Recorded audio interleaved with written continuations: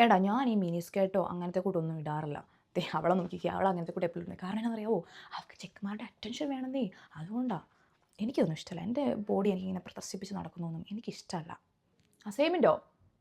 അതിന് നിനക്ക് രാത്രി പിന്നെ പ്രശ്നം, നീ അവനെ വിളിച്ചുകൊണ്ടിരിക്കുമല്ലായിരുന്നോ? നിനക്ക് ആ നേരത്തെ എഴുതത്തില്ലായിരുന്നോ അങ്ങോട്ടൊക്കെ?